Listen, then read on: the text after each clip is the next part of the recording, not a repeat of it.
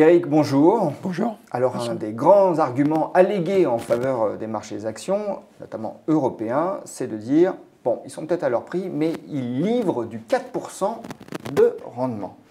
Cela étant, lorsqu'un marché offre du 4% de rendement, est-ce que ça ne traduit pas une réticence des investisseurs à placer leur argent dans les actions et ne souligne pas le doute qui les habite concernant la pérennité de ce dividende et de ce rendement de 4%? Si, totalement. C'est la prime de risque, en fait. Ce 4% de rendement, c'est la prime de risque. L'alternative, c'est zéro. Le rendement sans risque, si tant est qu'il soit complètement sans risque, c'est le Bund allemand qui est à zéro. Donc, vous avez 100 € à placer pendant 10 ans. Donc, soit vous le placez sur des Bunds et dans 10 ans, vous récupérez 100 avec zéro d'intérêt chaque année. Et vous perdez avec l'inflation? Éventuellement, on perd avec de l'inflation. Soit, effectivement, vous le placez sur des actions.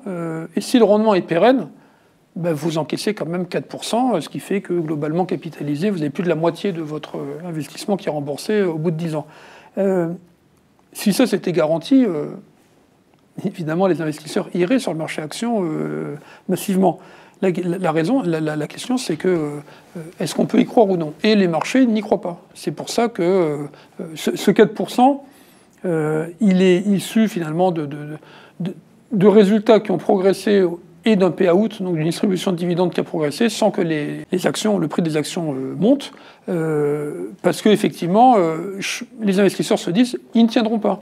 Alors la question, c'est est-ce qu'ils sont tenables, ces 4% de rendement du dividende? Globalement, je crois que oui. Moi, je pense que oui.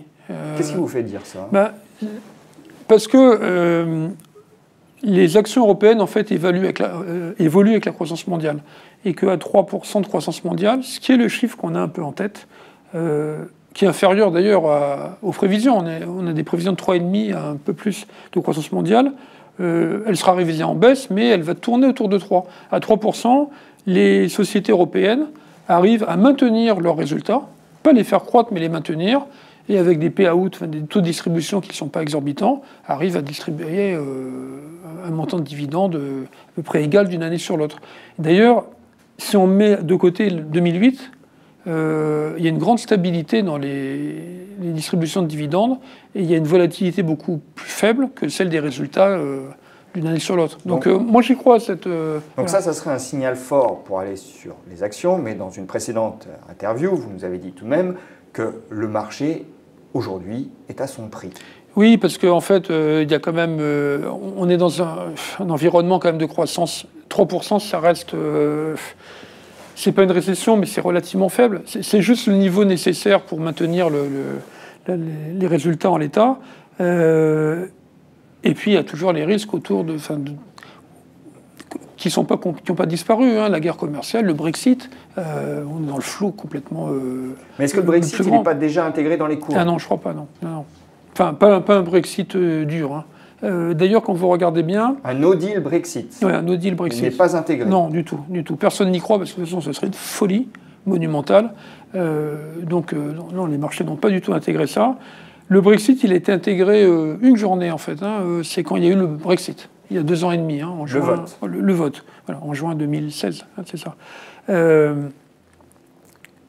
La première journée, le marché a plongé, puis d'ailleurs, très rapidement, il s'est repris. Depuis, on considère que c'est un non-événement, parce que tout le monde considère qu'ils trouveront une solution, un accord peut-être à la norvégienne, peut-être même d'ailleurs un nouveau référendum, mais personne ne croit aujourd'hui à un suicide de la part des Britanniques, mais qui nous entraînerait quelque part. Peut-être que le marché surestime la rationalité des politiques. C'est possible. Mais en tout cas, effectivement, le marché n'a pas intégré le no deal dans les cours aujourd'hui. Donc voilà, donc ça fait partie des risques. Et puis il y a les tensions commerciales entre la Chine et les États-Unis. Là non plus, je ne pense pas... ils devraient arriver à trouver un accord, parce que je ne vois pas... le désaccord serait perdant-perdant, ça n'a pas de sens. Donc ce 4% de rendement du dividende des actions européennes est plutôt alléchant, et je renvoie les internautes à notre précédente émission où vous expliquez ce qu'il faut faire, selon vous, avec ces actions européennes. Mais regardons un peu les autres actions, parce que l'Europe n'est pas tout. Les États-Unis, est-ce qu'aujourd'hui, en tant qu'investisseur, même particulier, on peut s'abstraire de ce marché américain, même s'il est cher. Il est revenu à des niveaux de valorisation supérieurs aux moyennes historiques. Ouais, pour des raisons d'évaluation, on n'a pas envie d'aller sur les États-Unis, qui n'ont pas d'ailleurs le même rendement qu'en Europe, qui ont des niveaux de capitalisation des bénéfices qui sont plutôt élevés. Maintenant, il faut quand même avouer qu'on a toujours loupé le marché américain quand on est investisseur européen. Les États-Unis sont très largement sous-représentés dans les portefeuilles des grands gestionnaires européens.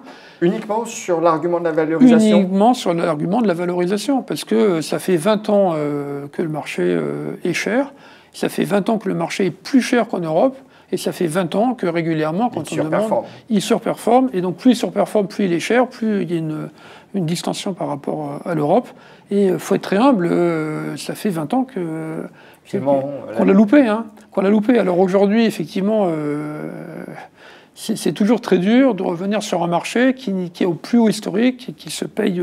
et qui semble en haut de cycle économiquement. Et qui est en haut de cycle économique. Donc, non, j'ai encore pas envie d'aller sur les actions européennes. Alors, si vous partez de zéro, bah oui, enfin, c'est plus simple. Vous équilibrez un peu d'Europe, un peu des États-Unis et autres. Alors, ok, Europe, États-Unis, les émergents à présent. Alors, il faut faire peut-être opérer le distinguo entre émergents producteurs de matières premières et les autres. Oui, tout à fait, oui, parce que le cas de l'Inde ou de la Chine, par exemple, est différent de celui des pays du Moyen-Orient ou de l'Indonésie. Mais globalement, la croissance est quand même là. Parce que si on part du principe que la croissance américaine est en haut de cycle et va avoir du mal à dépasser 2%, et qu'en Europe, on sera entre 1 et 1,5. Cela dit, la croissance ne fait pas toujours les bénéfices. Non, totalement. Mais c'est quand même là qu'il y a du dynamisme, et c'est là qu'on voit un terreau quand même qui est fertile. Donc oui, on a envie de revenir sur les émergents, à condition que le dollar se calme, parce que les émergents sont très dépendants de l'évolution du dollar. Quand le dollar monte, d'abord, ça renchérit le coût de la dette de tous ces pays qui ont emprunté le dollar remonter là dans le contexte actuel avec une Fed qui devient plus accommodante? Normalement non, mais enfin c'est très difficile il faut être très humble là, encore une fois. Sur les devises, sur le pétrole, les mouvements ne sont pas évidents à déterminer. Donc ça va dépendre du dollar effectivement. Et puis quand le dollar monte, il y a des rapatriements de devises, donc vers les États-Unis. Nous, sur les émergents, on préfère la dette, en fait. La dette émergente, en devise locale, alors ça peut paraître très exotique, mais en devise locale, la dette émergente rapporte autour de 9%.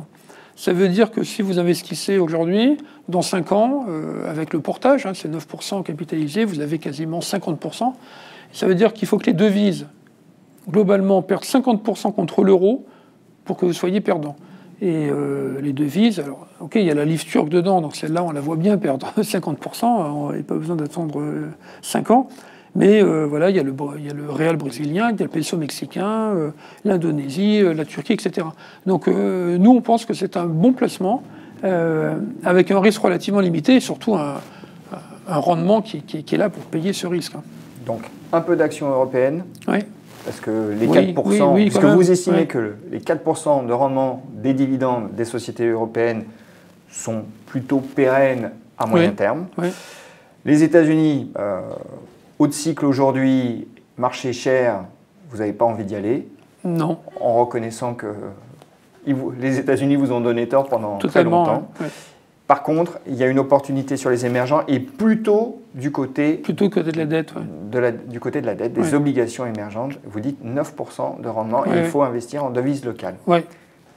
Eric, merci. Merci Vincent.